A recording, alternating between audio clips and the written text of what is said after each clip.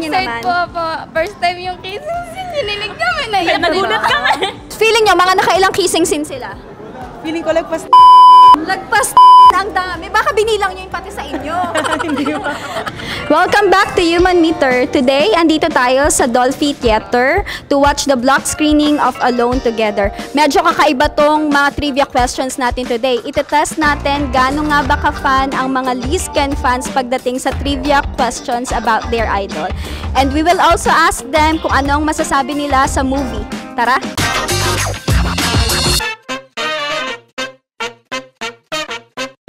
Nanonood po kayo ng lahat ng movies ng Lizken. Addict. As in, addict.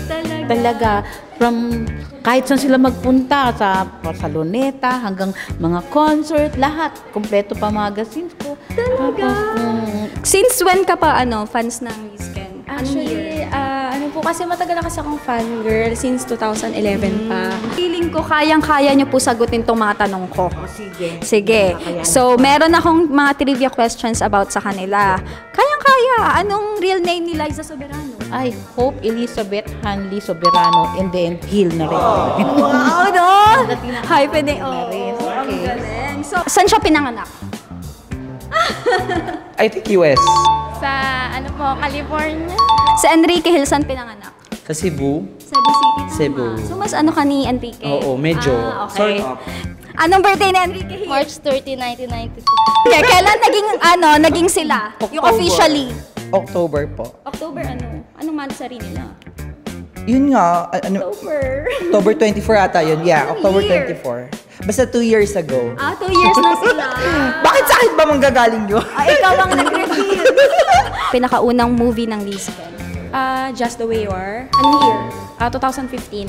Ano ang title ng first teleserye nila? Forevermore. Talagang memorize mo, Ano yung team song ngayon ng movie? Polarium. Polarium. Paano is Polarium? Limang paligid. Nakaka-LSS, no? Ano masasabi niyo sa movie? Maganda po. Sobrang ganda.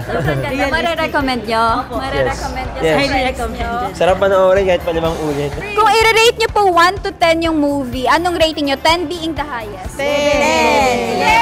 11! 11! Nakarelate ka? Bakit? May hugot? Kasi kakaiwalay lang namin ng ex ko eh. Malay mo after 5 years. Sana. Sana po. Ang dami nag-aabang. Ang dami. Dami na talaga. Umuwi lang talaga ako from Kuwait para makapanood ng movie nila. Parang may mga bagay din na kailangan din nating ipaglaban, and there's always a way for things to meet halfway. Wow! Hello sa lahat ng mga namigay ng ticket, sa Kenlandia, sa Kenfor, sa lahat ng mga bumubuo ng Fans Club ni Enrique. Huwag tayong mag-away. Isa lang naman sinusuportahan natin, di ba? Share the love.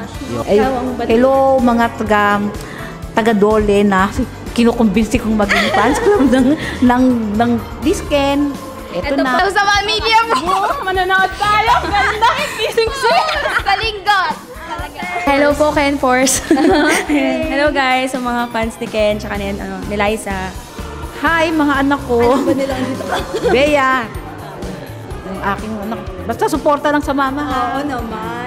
Thank you for watching. And ako curious ba kayo kung gaano kadami ang kissing scene nila sa movie na to and kung gaano kaganda? Manood na kayo kasi it's now showing. And don't forget to like, share, and subscribe to Human Meter.